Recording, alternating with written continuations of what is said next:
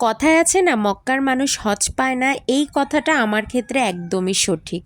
দেখুন না, metro rail উদ্বোধন হয়েছে আজকে কতদিন হয়ে গেল, আর আমিই মনে হয় এমন একজন ব্যক্তি যে এখনও পর্যন্ত মেট্রো রেলে উঠি নাই। আসসালামু আলাইকুম এভরিওয়ান, সবাই কেমন আছেন? তো চলুন আজকে আমাদের সফরটা আপনাদের সাথেই শুরু করি। তো দিনটি ছিল ঈদের চতুর্থ দিন। হঠাৎ করে খাওয়া দাওয়া শেষ করার পরে আব্বু বলল, তোমরা রেডি হয়ে নাও, তোমাদেরকে ঘুরতে নিয়ে যাব।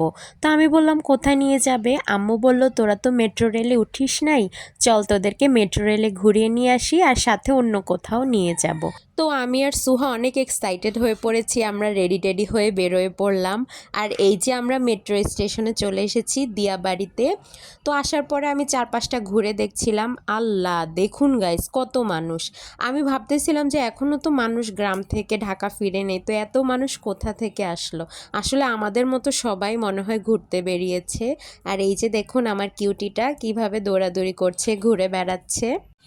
এরপরে আব্বু আমাদের টিকিটগুলো নিয়ে আসে টিকিট কাউন্টার থেকে। এরপরে আমি, সুহা, আম্মু আমরা সবাই স্কেলেটারে উঠে পড়লাম। একটা মজার কথা কি জানো গাইস, সুহা এই স্কেলেটারে উঠতে অনেক ভয় পায়, ও অনেক সাহস নিয়ে উঠেছে। তারপরে আমি মেট্রো রেলটা পুরোপুরি ঘুরে দেখছিলাম, আমার কাছে অনেক ভালো লাগছিল। আর সেদিনের গরমের কথা কি বলবো গাইস, প্রচণ্ড রোদ ছিল, আর মেট্রো স্টেশন থেকে বাইরের দৃশ্যটাও জোস ছিল। তো অপেক্ষা করতে করতে কিছুক্ষণ পরে আমাদের ট্রেনটাও চলে আসলো। আমি তো অনেক এক্সাইটেড ছিলাম। একটু পরে ট্রেনের দরজাটা খুললো, আমরা সবাই মিলে চলে গেলাম হুড়াহুড়ি করে ট্রেনের ভিতরে। বাট একটা জিনিস আমার কাছে খুবই খারাপ লেগেছে, যে আমি যাওয়ার পরে প্রথমে কোনো সিট পাইনি, পরে কিছুক্ষণ পরে একটা লোক উঠে গিয়ে আমাকে সিট দিয়েছে। এরপরে উঠে আমি এক সাইডে বসে পড়লাম। বাট আনফর্চুনেটলি আমি একদমই যে পাশটা থেকে বাইরের দৃশ্য দেখা যায় সে পাশে বসিনি। সো আমি এক পাশ থেকে একটু ভিডিও ক্লিপ নিয়েছি। আর এই যে আমি কি সুন্দর করে বসে পড়লাম মেট্রো রেলে। আমার কাছে তখন এত ভালো লাগছিল, আর মেট্রো রেলের ভেতরে এসি ছিল, পরিবেশটাই অন্যরকম লাগছিল। আর এই যে দেখো এই কিউট বাবুটা কিভাবে জুস খাচ্ছে। যেহেতু দিনটা ঈদের চতুর্থ দিন ছিল, অনেক মানুষই ঢাকায় ফেরেনি, তাই আমার কাছে মনে হয়েছে আমরা একটু ভালোভাবে মেট্রো রেলে করে যেতে পেরেছি। নইলে তো অধিকাংশ সময় মেট্রো রেল পুরো ভরা থাকে একদম গাদাগাদি করে। আর এই যে হলো আমার বোন সুহা, ও তো খুবই এক্সাইটেড ছিল, কিছুক্ষণ পরপরই বাইরে তাকাচ্ছিল। সো অপেক্ষা করতে করতে একসময় আমরা আমাদের গন্তব্যস্থলে চলে আসি। আর সুহার মুখের দিকে তাকাও গাইস, সারাক্ষণ শুধু হাসছিল। এরপরে মেট্রো থেকে নেমে আমরা আবারও স্কেলেটারে উঠে পড়লাম। আর সুহার তো জানোই, স্কেলেটারে উঠতে গেলে ওর ভয় লাগে। আর মেট্রো স্টেশন খুবই পরিষ্কার ছিল, আমি দেখছিলাম যে পরিষ্কার কর্মীরা কিছুক্ষণ পরপর এসে মেট্রো রেল স্টেশনগুলো ভালো করে পরিষ্কার করছে। সো দেখতে দেখতে স্কেলেটার থেকে নেমে পড়লাম। এরপর আমরা হাঁটতে হাঁটতে চলে গেলাম যেখানে কার্ড সোয়াইপ করে সেই জায়গাটায়। এরপর কার্ড স্লটের মধ্যে কার্ডগুলো জমা দিতে চলে আসলাম। কার্ডগুলো জমা দেওয়ার পরে আমরা ভাবছিলাম যে কোথায় যাওয়া যায়। তো এখানে দেখছিলাম যে যাওয়ার সময় স্কেলেটার, কিন্তু নামার সময় হচ্ছে সিঁড়ি। তো আমার বাবা মজা করে বলল, যাওয়ার সময় কত সুন্দর করে আপ্যায়ন করছে, কিন্তু নামার সময় দেখো কি। এরপরে নামার পর আমার কাছে এই মসজিদটা খুবই ভালো লেগেছে। তারপর আব্বু একটা রিক্সা নিয়ে নিল। আসলে যেতে যেতে ভাবছিলাম যে কোথায় যাওয়া যায়, তো আব্বু বলল এখানে পাশেই ওয়ান্ডারল্যান্ড শিশু মেলা আছে। আর সুহাও যেহেতু মেলায় যাওয়ার জন্য বায়না করছিল, ও রাইডে উঠবে নাকি। তো আমরা একটা রিক্সা নিয়ে নিলাম। আর দেখো ওয়েদারটা কত জোস, আমার কাছে এই ওয়েদারে ঘুরতে ফিরতে অনেক ভালো লাগে। আকাশের মধ্যে মেঘগুলো দেখেই যেন মন শান্তিতে ভরে যাচ্ছিল। আর যাওয়ার সময় দেখলাম এই যে সংসদ ভবন, এই সংসদ ভবনেই তো কত কাহিনী, কত কিছু ঘটে গেল। তো এই সংসদ ভবনের ভিতরে নাকি যেতে দেয় না। আমি অনেক আগে ছোটোবেলায় এটার ভিতরে গিয়েছিলাম, এখন তো চারপাশে বাউন্ডারি দেওয়া। এত সুন্দর ওয়েদারে রিক্সা রাইড কার না ভালো লাগে বলো গাইস। এরপরে আমরা ওয়ান্ডারল্যান্ড শ্যামলী শিশু মেলাতে চলে আসলাম। আর এখানে সুহা বসে খুব সুন্দর করে ভিডিও নিচ্ছিল, পিকচার নিচ্ছিল। বড় বোন থাকলে যা হয় আর কি, বড় বোন থাকলে ছোট বোনদের সব শখ আহ্লাদ একদিন না একদিন পূরণ হয়ই। আমি সবসময় চেষ্টা করি আমার বোনটার ছোট ছোট শখ আহ্লাদগুলো পূরণ করার, যতটুকু সামর্থ্য। শিশু মেলায় বাচ্চাদের জন্য কিন্তু অনেকগুলো রাইড ছিল, যার মধ্যে আমার কাছে একটা রাইডও আমার নিজের ওঠার মতো মনে হয়নি, কারণ আমরা বড় মানুষ, আমাদের কাছে একটু ভয়ঙ্কর রাইডগুলোই ভালো লাগে।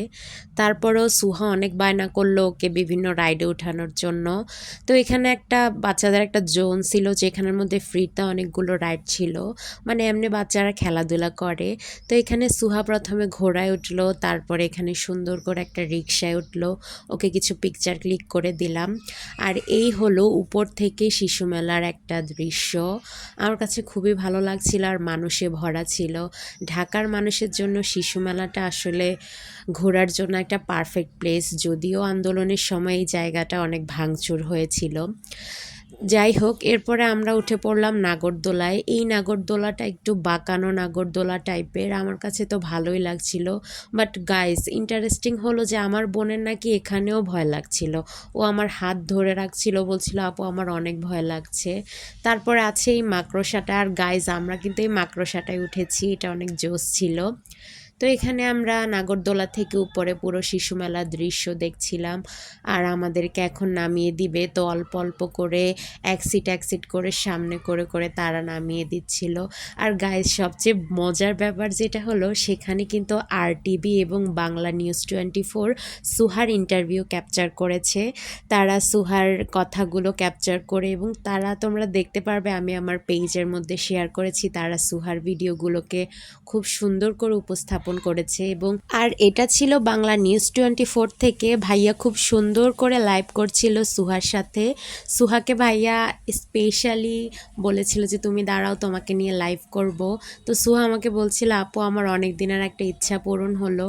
এরপরে আমরা মাকড়সা রাইডের মধ্যে চড়ে গেলাম, আর সুহা আর আমি এখানে অনেক ভয় পাচ্ছিলাম, কারণ আমার কাছে মনে হচ্ছিল মাকড়সা রাইডটা একটু ভয়ানক হবে। বাট আমার কাছে তেমন ভয়ও লাগেনি। বাট সুহার রিয়াকশনটা দেখো গাইস, জাস্ট দেখো ওর রিয়াকশনটা।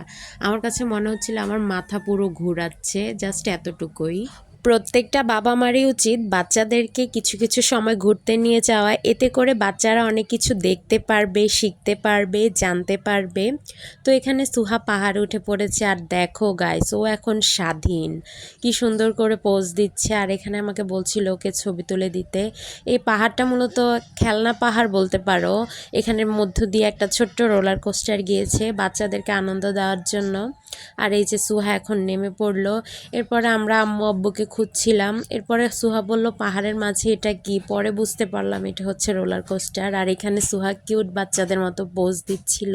এরপর আরও কিছু ঘোরাঘুরি করে আমরা বেরিয়ে এসে আইসক্রিম খেয়ে নিলাম। এরপর আগারগাঁও মেট্রো স্টেশনে যাওয়ার জন্য আব্বু একটা রিক্সা নিয়ে নিল। আর এই বিল্ডিংয়ের ডিজাইনটা আমার কাছে খুবই সুন্দর লাগছিল। তো সুহাকে জিজ্ঞাসা করছিলাম কেমন মজা করেছে, ও বলল আলহামদুলিল্লাহ। এরপর আমরা আগারগাঁও চলে এসেছি মেট্রো স্টেশনে, এখন বাসায় চলে যাব। এরপর টিকিট সংগ্রহ করে এখানে মেশিনে টিকিটটা সোয়াপ করে আমরা চলে যাচ্ছিলাম। আর আজকের দিনের জন্য আলহামদুলিল্লাহ, মাঝে মধ্যে ফ্যামিলির সবাইকে নিয়ে এভাবে ঘুরে বেড়াতে খুবই ভালো লাগে। ঘোরাও হয়ে যায়, শরীর মন সব কিছু ফ্রেশ লাগে, আর নতুন নতুন জিনিসও শেখা যায়। গাইজ, আপনাদের কাছে আমার ঘোরার ভিডিওসগুলো, ব্লগগুলো যদি ভালো লাগে অবশ্যই আমার পেজটাকে ফলো করে যাবেন। আর এখানেই আমাদের মেট্রো রেলের গন্তব্য শেষ। এরপরে BRTC বাসে করে বাসায় চলে গেলাম। আল্লাহ হাফেজ।